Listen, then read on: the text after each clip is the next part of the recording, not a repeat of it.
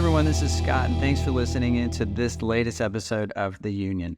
This episode is a conversation between our own Sam Abedier and Tom Garrubba. They talk about the importance of due diligence and ongoing monitoring for third-party risk management. Sam is our resident GRC expert building AI-led solutions to reduce assessment, completion, and validation times from weeks to less than 30 minutes. And then Tom is an internationally recognized cyber, privacy, audit, and compliance thought leader. His pieces have been featured in publications like Forbes, Bloomberg, the Washington Examiner, SC Magazine, and he hosts a weekly video series on LinkedIn called TPRM Tidbits. I highly encourage you to click on Tom's LinkedIn bio to review the past episodes of the Tidbits and follow along for future ones. And with that, here is Sam and Tom. My name's Sam Abedier, and I'm the Vice President of Solutions here at Krista. And I'm actually super excited today because I have my friend and my colleague, Tom Garrubba. I met Tom a long time ago when I worked at a GRC company, and I was the head of product and the head of solutions at a GRC company. Tom has been known for years to be the guru in third-party risk management. So I'm excited to talk about third-party risk today. So Tom, can you give us a couple seconds overview of who you are? Hey, Sam, thank you so much. First off, Happy New Year to you and all of your interest, clients and everything. Wonderful to talk and get in front of people. We'll give you the, Caliph Towers here, background on me. I've been doing third-party risk for almost a dozen years now in various forms, whether it's creating a program, rolling it out at a Fortune 5 healthcare company, or everything from privacy and security, IT audit, both public and private. I was in the financial sector, healthcare sector, of course, with retail. So a little bit long in the tooth, 25 years if you really take in all the experience. And wonderful to be here with you, my friend. So thank you so very much for reaching out. Hey, my pleasure, and thank you for joining, right? And, because your expertise, one of the things I've been talking to a lot of people about lately is just how a third-party risk management, how the due diligence and things like that is really tackled, right? How should it be really tackled, and why isn't it being tackled that way? And when I say due diligence, right, I'm actually, if you look at a basic third-party risk management process, you've got your planning, and then you've got your due diligence where you select your vendors, and you negotiate your contracts, and hopefully you put that due diligence stuff in there. And then you do the ongoing monitoring, which is, making sure that that your vendors and your third parties are still meeting your expectations and things like that. And then at some point, either when it's too old or they're not doing it, the termination. But that's a whole entire life cycle. And the areas I'm really looking at today, which I think are the tallest poles, are due diligence, selecting and making sure that they're the right folks doing that due diligence, and then the ongoing monitoring, making sure that they are, you do your regular assessments, things like that. So when we're talking about that, Tom, the best way to find out about this has generally been issuing assessments to these folks. Is that true? I mean, what is it that you've been doing around there, and how often does that happen? Well, I think we got to start, where does it originate from, right? And it can originate, I've seen it where it originates from the business unit directly, or it could originate from sourcing and procurement. Could even originate from your internal IT, your IT enterprise team. And so it really depends on the nature of what the business is and what the vendor is going to be doing. Then you're also tying this in, is this a net new vendor? Is this an existing vendor with a different scope of work? So there's so many different ways, that typical third-party risk programs are made aware of who the vendor or where it's coming from. So it's where's the next one coming from, as they would often say, So it really is, it needs to be designed from, knowing your business and having an understanding as to, are you a one-stop shop? Does it come through you, or does it have to go through another party, like one of the ones that I just mentioned before? Comes down to, where are you located? Where are the lines of demarcation? Where do you start? Where does somebody else? Where's the handoff? And it's even getting to the point now where third-party risk used to just be cyber-centrics. Now it's grown beyond cyber. There's still you're always going to have a cyber component. Let's be honest with you. That's never going to go away. Sure. And particularly here in the U.S., most of those organizations still reside under the IT organization through the CISO, et cetera. But you're starting to see some movement into sourcing and procurement, chief risk officer, and it really depends on the organization and how they want to define and how they want to actually manage and monitor actual third-party risk. So there's really different ways you could see it. And to be honest with you, Sam, you basically have to develop your playbook in order to succeed in your program. You have to develop it for what the knowns are, and then prepare for the unknowns and have them come in.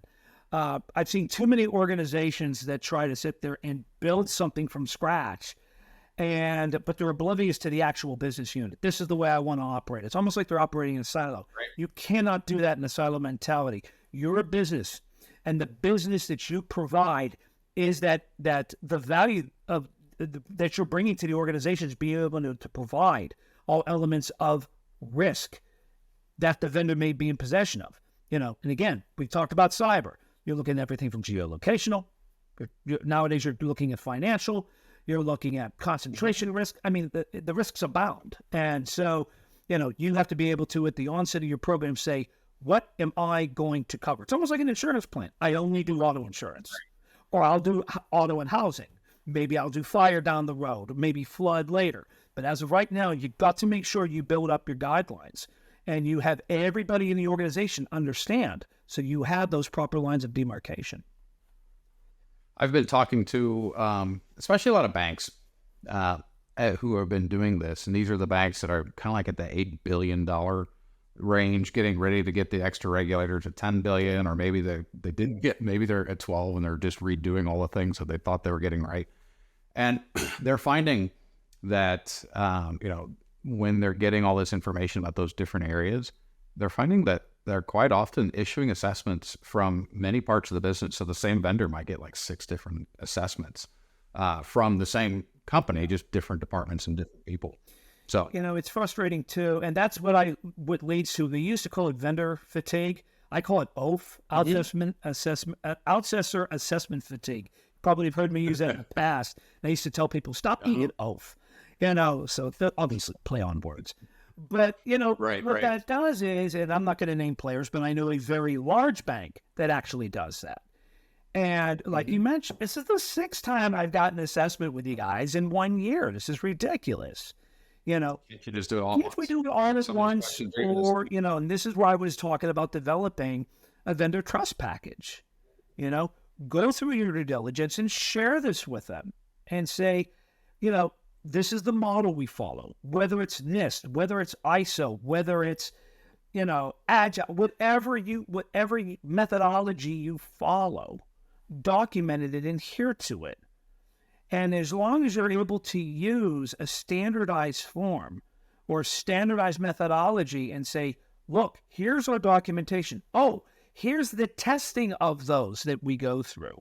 Mm-hmm. And a lot of organizations don't do this, but they should do this. And this is a recommendation I would make is, if you've had actual steps audited internally, be open and provide those to your clients, because they want to see this. Now, a lot of people sit there and go, whoa, internal audit, that's only internal, nobody can see it. You're covered under the non-disclosure agreements and all that too. It's all about transparency. Mm-hmm. Transparency is currency in this industry. And if you want to maintain if you want to maintain a high level of, currency within your own organization and with your own team, you got to be able to beat that. You got to have that transparency. So what you're saying, though, Tom, is that, as a vendor, I should be supplying the assessment answers that I'm asked, plus also all of this documentation that I have developed internally, whether it's my audit reports or whether it's policies and procedures, my statement of attestations, things like that. But doesn't that mean now, as a third-party risk manager, I need to be reviewing all of the answers and checking them off against all the things that I said I've done? It depends how it's set up in your own shop as a vendor. Okay. A lot of people don't do that. I think one of the things that I did years ago, when I was consulting a major publicly traded insurance firm that had 3 separate business lines, we actually sat down with all the heads from IT to security to privacy to HR, and we went through a SIG questionnaire and said, okay, you're responsible for completing this. You're responsible for completing that. You're responsible for completing this. Take 2 months, fill out your respective sections, and bring back all the due diligence and the documentation. Now, compliance was driving this. Okay? Right. Compliance was tasked to drive this, and that's why they reached out to me. And they said, how do we do this? And I said, you're the liaison. Okay? You're the face that everybody's going to be saying from the vendor perspective and internally. So anything that's general IT across the board where the controls don't change, it's going to be pretty cut and dry. But if you start getting into certain applications, we do these changes or these changes here, then you're going to have separate answers based on those sections, based on the business unit. Right. But if you just have them go, oh, this vendor services this business unit, I know what answers to give them. This vendor services this business unit, I know what answers to give them. But the person who's receiving that still has to validate everything. Yes, they do. To read through all. Yes, they do. And that takes It takes a long time, but that's the job of a third-party risk professional, right? It's no different than being an internal auditor, being an external auditor, being a PCI QSA. You're there to provide your due diligence. We're not there to audit. Let's get that out of the way right now. We're not diving down and saying, show me 30 firewall changes that you did in the past 6 months. We don't have the time for that. We got how many, other parts of the equation we got to go through. So we have all of that to take a look at, but it's having that vendor trust package at the front end makes the back end, which is the assessment part, much easier going, okay, I see what they're doing, because they know what they're looking for. And it's beyond just the yeses and nos. They're looking to see the documentation. They're looking to make sure I'm okay with this. And if they find out, and if they have questions outside of the question set that you have provided as a vendor, then they can come back and say, hey, man, love the package that you sent. I do have 10 questions I got to bounce off you. Beautiful. Right. It makes the assessment process so much easier. And this is what contributes to OSAM, is so many clients demand that the vendor, I don't care about your stuff. I want you to fill out my questionnaire. We got daytime jobs here.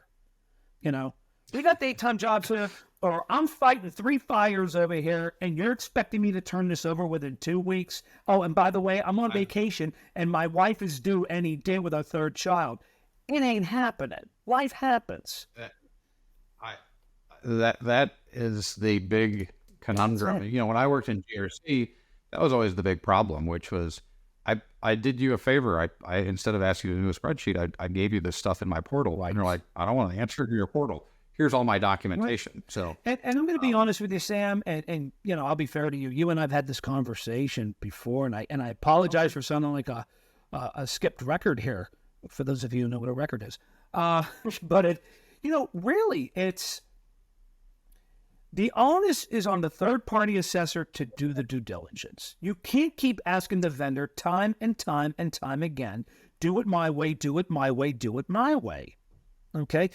That's why they've taken the time to do these packages, to share it with you. So anything outside of this, I'll gladly answer. You might have something specific to a database or specific to a business unit that I, as a third-party risk professional, can't answer directly, but I have access to the people that can do it internally. So we'll set up a call and we'll answer them. Mm-hmm. But to have them go through, no, you got to answer my question. This is one of those typical bar room who's got, a bigger whatever, insert name. Yeah. And that's what it turns into. And it's foolishness. It's high school foolishness, if you ask me. So if I'm now the assessor and I'm the one who I'm responsible for it, which I agree 100%. In the past, when I've talked to people, it generally takes them 3, 5, 6 days in order to thoroughly go through and examine all the documentation and find all the things that they need. Is that about what you're finding? I mean, you work with companies like this professionally all the time. Is that about what you're finding? I'm going to give you the glorious line. It depends. Okay. Back in the days of yore, when I was public and you were public too, we used to have this thing called ITGCs, right? Internal IT General Controls Assessments. That is in general what these are. But it gets to it all depends on how many questions there are, to the level of detail you want to go. How deep, it might be different. If you're just saying, okay, I'm just sharing with you email information for a marketing campaign, 10,000 records, 10 million records, you got to set those parameters up front as to what you feel proper due diligence is. If you're going to be looking at company confidential information, perhaps you're okay with this set of due diligence activity. So it's really on the processor. It's really on the outsourcer to have that set up front and say, these are the questions. I mean, if your questionnaire, if your client's questionnaire or your vendor's questionnaire goes above and beyond, that's beautiful. I'll give you a quick example. When I was running the program at the healthcare company I was at before, one of my staff came up to me and said, hey, we got a questionnaire from this big dog tech firm. And it was a full-blown SIG, 1,400 questions, everything's in there. And he goes, what do you want me to do with this? I said, well, our questionnaire has 300 questions. They did everything. Don't even ask them for this. Take it, cross-reference it to our stuff. Any blanks, go back and ask them. But if 95% of the work is there and done for you, don't go back and ask them any questions. I said, it's here. Right. It's here. And this is where professionalism comes into play. And this is some of the things that we need to do better in the third-party risk industry. I mean, even though third-party risk practices have been around for more than a dozen years, maybe close to 15 years, it's still a very infant industry. It really is. And it just comes with training. It really does. There's a guy from the Federal Reserve Bank of Atlanta, and his name's escaping me right now, but he wrote this paper. He wrote this paper talking about problems with third-party risk management and financial services institutions because he worked for the Fed. Yep. So of course he focused just in that area. But what he noticed was that there's a lot of boredom within this area, right? There's a lot of tedious work, a lot of boredom and things like that, and people leave. So the level of training, there are very few Tom Garrubbas in the world, and there's tons and tons and tons of people right off the school bus who are doing this for just a little bit and then finding that they want to do something that actually protects the business a little bit more versus reading and validating spreadsheets or cross-referencing spreadsheets and things like that. So I'm sure that in healthcare and other areas you're probably seeing exactly the same thing, where the training isn't there, the experience sometimes isn't there, because as soon as you get good, you either get promoted or you leave, or you find a different path, right? So you've been seeing more of that too? Well, it depends. And what I mean by that again is there are some organizations that will use third-party risk as a great springboard into a business unit. Very similar, I think Coca-Cola does this with their IT audit department or audit department in general. Oh, you're there for 2 years and then they want you to move into a business unit where they feel that you're going to have that great value because they know you understand from a controls perspective what they're looking for. And you're able to bring that control value to the actual business unit. Same thing with third-party risk. In a decentralized environment, there's a lot of banks that are decentralized and a lot of manufacturing firms that have decentralized business units where they have somebody set in each of those business units responsible for third-party risk. Okay? And so you can bring a value, certainly, to doing that strictly for the business unit because you know everything about that business unit. You know how it works inside, outside, upside down. And and the beauty of that, too, is you actually have that relationship with that specific supply chain group or specific vendor group. Right. In audit, you're all over the place. You're scattered in many cases. Hey, I need you over here. Can you do this audit? Can you do that assessment, et cetera? It's all about how you design it. And I think what it is, too, to be honest, Sam, is as a third-party risk professional, when you start climbing the ranks and you start massaging your program, you want to build these internal client relationships. My client is not the vendor. My client is the business unit. Okay? The running joke we had is when I would go to headquarters or go out to our other data centers, I would sit there and say, I'm going out there to talk to the business unit. My staff would be, oh, I didn't know you were here. We still going to dinner? You picking up the tab? Yeah, come on. But I'm there to talk to the business unit. What's going on? What's coming up down the pike? How can we help you? Knowing, okay, you're rolling up this thing in May and June. Guess what? I know for a fact I got 2-3 people that are going to be on vacation. Let's get in front of it now. Mm-hmm. Tell me what you're looking for so we can have smooth sailing going into the summer season. That's what they're looking for. They're looking for a partner. And that's what you have to be able to provide. That's what businesses want. Just want partners. Just to add to that, right? You are, if you're an IT auditor, for example, when you're talking to the business, your language isn't IT. Your language is risk, right? And you need to be a good partner, and you need to be speaking risk to the business in business terms about your third parties. That becomes difficult. Yes, I mean, Tom, you're running an organization now where you're helping other companies manage third party risk. What's the average number of third parties that a mid-sized business has? Oh, countless. It's funny too, because they don't really recognize, they're so looking out at their vendors with respect to things that's being done for the client. They forget what's being done for the employees. Oh, sure. Like accounts payable. HR. They're looking at accounts payable. You're looking at HR benefits. You're looking at 401ks, all of this stuff. And it's like, guys, these are vendors. You're looking into them, and now we're getting into the realm where a couple of months ago, I had a great LinkedIn back and forth with a CISO talking about, how come third-party risk isn't helping me on mergers and acquisition? I'm like, you asking them? Because we were pulled in on it. When we were doing the third party. Now, mind you, the contract was already signed, so, third-party risk was an afterthought. And look, it always is. It always is. But at least somebody went, and it was our chief project officer, said, we need to go take a look at that. And so we came in, and, the controls were pretty solid, but it's part of that additional due diligence and sign-off that helps the back-end paperwork flow better with regulators and other legal entities saying, our third-party risk management also came in, looked at it, and gave a stamp of approval. So, it's not just for business units, it's also for the C-level as well when they're out there trying to make deals. So there's many different avenues that third-party risk professionals can come into play.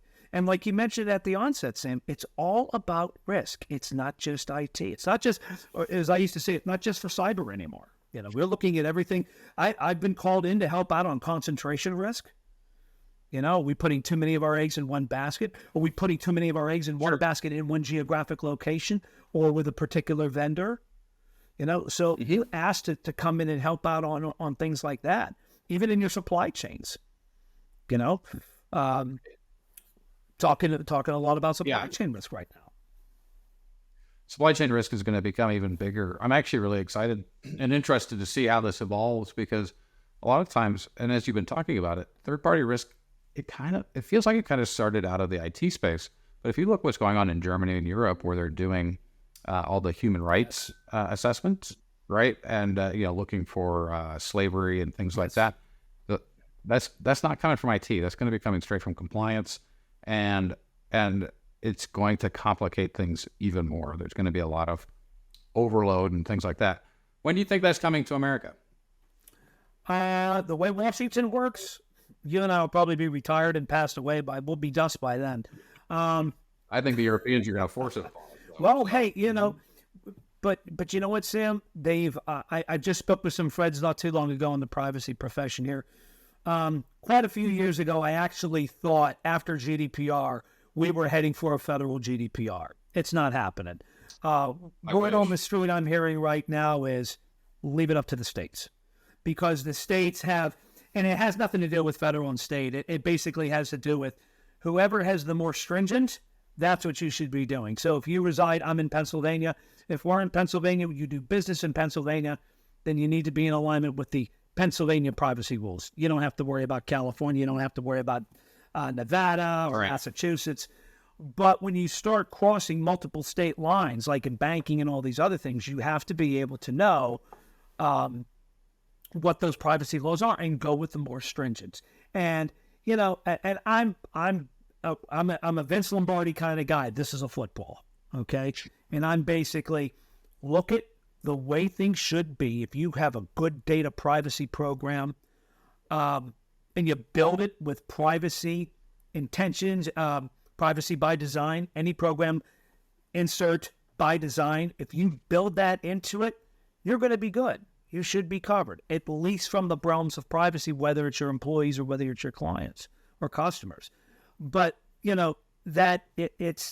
I don't think we're going to see anything quite like that. I mean, the last time we've had anything major like that, besides the SEC coming down not too long ago, was 1502 of Dodd-Frank for the conflict minerals. So, so I don't think we're going to see, and that was 12, 13 years ago? So, it was a while ago, more than a decade. So I personally don't see anything coming down just yet. The wheels in DC turn very, very slowly. So that's my perspective. I hope I'm wrong, but it keeps people like us gainfully employed. It does. But what you've said, though, right? I mean, we've got IT. I talked about the human rights things. You just talked about privacy, concentration. All these, frankly, just become different assessments that are being sent out because I don't think anybody's going to reach that level of maturity where we're just issuing it from one area right away. I think the bulk of everybody is going to be issuing different types of things and being a little bit reactive to it. But if you try to be a little bit proactive and decide, okay, I need to do this on a regular cadence, and of course it has to be based on risk. I mean, some organizations, you're going to want to do some things maybe twice a year and some things maybe every other year. But what's on the high end of the most frequency and what's the least frequency that you see any of these assessments? That's the constant debate that I'm seeing is what qualifies as a critical vendor. And criticality can be, it's so many different things. And it really has to be quantified within your own organization. There's really no bar or cut and dry thing. This is what's a critical vendor. It's, you can be academic on it, but academic doesn't always equal practicality. And from that standpoint, what's critical to you as a business unit might not be critical to the overall organization, right? I've always given this as an example. Back in my IT audit days when I was with a large bank, they had a mutual fund family.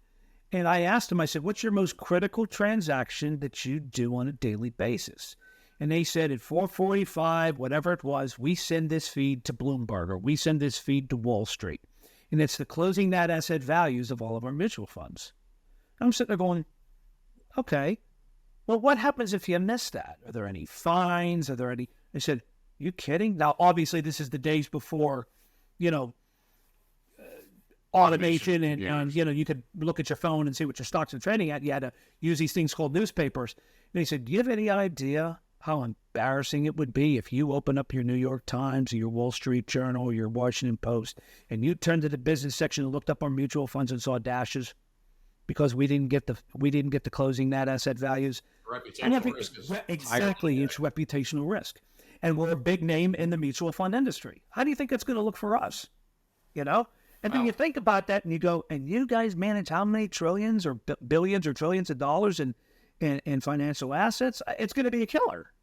It's a reputation killer. Maybe once you can get away with it, but certainly not more than once. Not more Exactly. Than once. Yeah.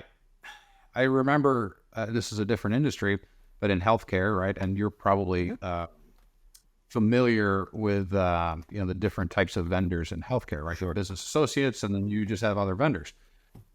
I remember talking to I remember talking to a hospital once, and they said that every vendor of theirs is considered a business associate. And then, not kidding, it was like the next day, right? I did the same thing, but it was the next day, and it made sense to me the next day because I read about the casino in Las Vegas that got hacked because of the fish tank. Yeah. Right. And I remember that. And you don't think that it was a critical vendor, and the fish tank wasn't, but adjust the temperature of the feeding or what have you automatically, and that's where they hacked in from. And even though they're not at all a critical vendor, they were on a critical network, and that did that. And they were like, I actually called those people back the day after. I'm like, is this why? And they're like, exactly why. We don't know what we don't know sometimes. So we're gonna but put you everything got to be careful biased. because you're playing with HIPAA laws there, and they're not actually processing information. You don't know when they're accidentally going to be getting information, is what they said, right? Like, oh, we accidentally sent something, and now they're in possession of it. Let's just say, and I'm really don't That was their the rationale. deep end here, but let's say somebody hacked into the fish tank in a hospital lobby, okay, Right. and you have ABC, aquarium company My name's up monitoring there. that or whatnot. You would not consider ABC Aquatics to be, a business associate because they're not processing. I get that, yeah, but this is why you have to have attorneys in your back pocket, privacy attorneys, Right. because they're the ones that are going to really be able to sit down and go, no, we don't have to report this to the OCR, the Office of Civil Rights, which is the governing arm for HIPAA compliance. However, because this happened, we do have to, if we're public, we have to report it to the SEC, we have to report it to the state authorities, or depending on other circumstances, maybe the FBI and any other state authorities. But this is why you have to look at your programs, look at your incident response plans, do your testing of your programs, doing your tabletops, and making sure that you're comfortable and you're able to flush these scenarios out. Because these hackers, we used to say they're one or two steps. Some of these hackers are 4 or 5 steps ahead of you. They're using such innovative and fascinatingly creative ways to get into organizations, and you don't know it till, they just bought a yacht and they're in a Black Sea. Hey, let's go back to your programs, right? Tom, you've run a lot of programs. How many of them have you seen completely staffed the way that you'd like them? Right? I've got all the staff I need to do everything it is I need to do. Oh man, that's $1 million question there, Sam. I'd have to say, it all depends. How can I say this?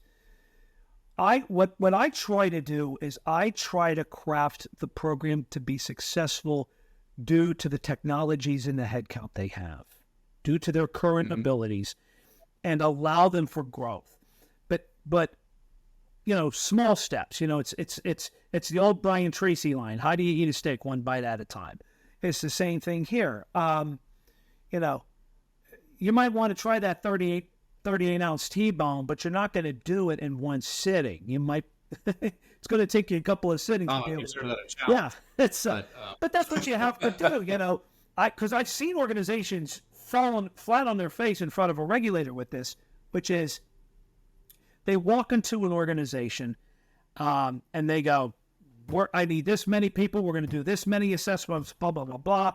And then the regulator comes in and goes, okay, well, you said you were going to execute 150 assessments. How many did you do? Well, we only did 40. But it's because we've had only these many people. I expected additional headcount, or I expected this technology. You got to go to battle with the troops you have. You got to have that expectation. If you have the technologies, focus on what you can do with your existing technologies and with your existing team. Then say, oh, with this, I can do this. I can bang out more assessments, or I can have a faster turnaround time. For us, it wasn't the amount of assessments. It was about the turnaround time. I actually sat down with a senior head of VP, a senior VP, head of IT, back at the healthcare organization. He goes, explain to me why it's taking you 45 days to do a typical assessment. I was like, I'm not prepared for this. But then I was able to go back and support and say, running all my figures, we were 33, 34 days. So we're actually doing better. But my drive was 30 days. His perception was 45. Now, the only time we did 45 is when we had to do on-site assessments because we built in logistical purposes to go on-site. But, when you come down and you set a stake in the ground saying 30 days, 45 days, 60 days, whatever it is, it should be based on the tools and the staffing that you have with the expectation of due diligence and with the blessing of management. Once you have that, you should be able, and your organization should be able to back you on anything that's within that realm. And you need to be able to say, And the biggest headaches I got, Sam, was with the project management office. I mean, how many times have you heard the stories of, Tom, we're going to be transacting data in 2 weeks. How long does this assessment take? And you're sitting there going, you're telling me you didn't know that it has to go through the third-party risk program? How long were you planning this thing? So it comes back to educating the PMO. And even though we would send out quarterly emails from our chief privacy officer, would send out quarterly notifications to the heads of the business units and tell them, hey, everybody, if you have a change in the scope of work with an existing vendor or you're getting a net new vendor, it must go through the vendor assessment program. It must. Or same thing with a project, right? If you're doing a project, you have to do a data protection assessment. Exactly. And not only so many people still fail to do it. But you know what? My little out on this, and I'll share this. This is a little, if I can use the term, a tidbit. My little TPRM tidbit. Sure. Here. Yeah. And by the way, if you haven't looked up Tom before, if you don't know Tom has a regular segment on LinkedIn called Tom's TPRM Tidbits. Tidbits. Every Tuesday I release one. Yeah, Tom's TPRM Tidbits on Tuesday. Thank you, Sam. And here's a tidbit. We got so frustrated with people reaching out to us and saying this stuff to us because my project's so important. It's so important. Well, my team's got 30 assessments on the docket that they're trying to get done here. And now you're trying to play, this is the ace. This trumps everything else. We have to move forward with this. Right. Okay. So what I'm going to do is I got a form, and I'm going to send it out to the VP of your business unit and explain to them, this better go cleanly, because if it doesn't, we reserve the right to pull it at any point in time and say, hey, we're not comfortable with the overall control set of this particular vendor. You're going to need to look at another vendor. And it's going to put everything on hold, and we're not going to allow the transaction of data as this goes on. So what we would do is we would allow them to transact the data as the assessment is going on. But if we saw something that goes, oh my God, this is bad. No. Then we go, flag on the play, 15-yard penalty, stop all data transacted. And I can't tell you how many times I've had a VP call me up and say, Tom, can you explain this to me? And then I explain them, and then they conference in their project manager going, how come you didn't tell me about it? I didn't know that. How did you get behind on this? I'm not putting this on Tom, and I'm certainly not putting it on me. And so, and I actually had one VP say to his PMO, you better pray this assessment goes well. I feel bad, but you know what? That's the way it is. You have to educate people. This stuff takes time. It's not a rubber stamp. We take this serious. Oh, I'm so glad you said that. I'm so glad you said it. It is so important. It really is.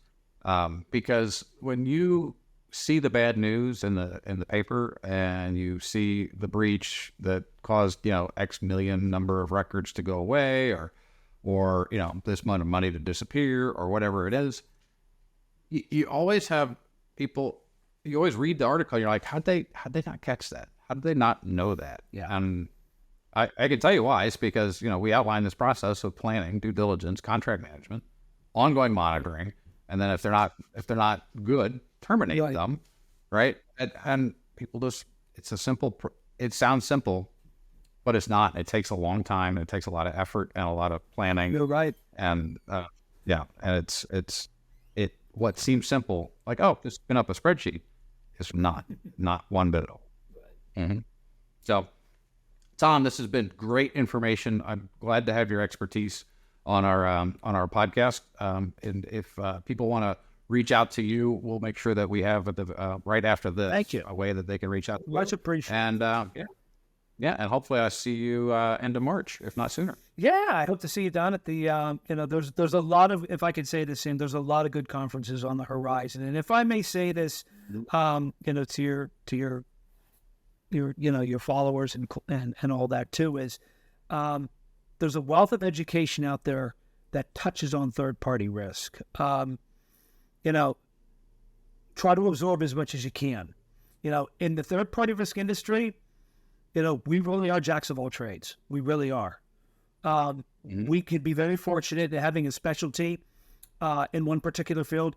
I mean, find me the person that's a specialist in every single one, and that guy's going to own his own private island, or girl is going to own his private island. But absorb everything you can out there. There's so many different aspects of third-party risk. And it's a growing industry.